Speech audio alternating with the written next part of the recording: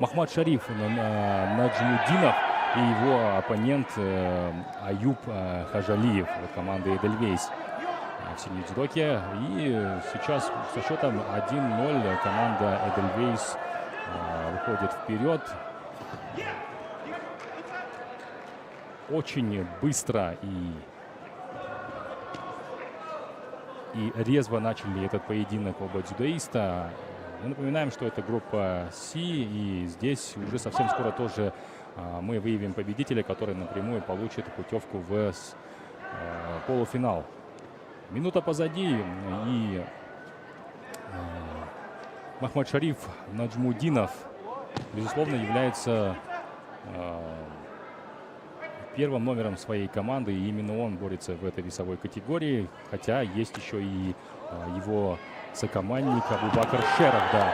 И он доказал, что он не зря выходит на этот поединок. Оценка япон, чистая победа. И судья Юрий Краковецкий, который судит эту схватку, присуждает безоговорочную победу именно Махмад Шариф Наджмудинову.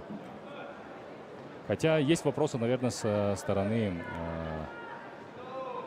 видеорефери. Какой-то спорный момент, который они сейчас просматривают. Да, судя по всему, не все ясно.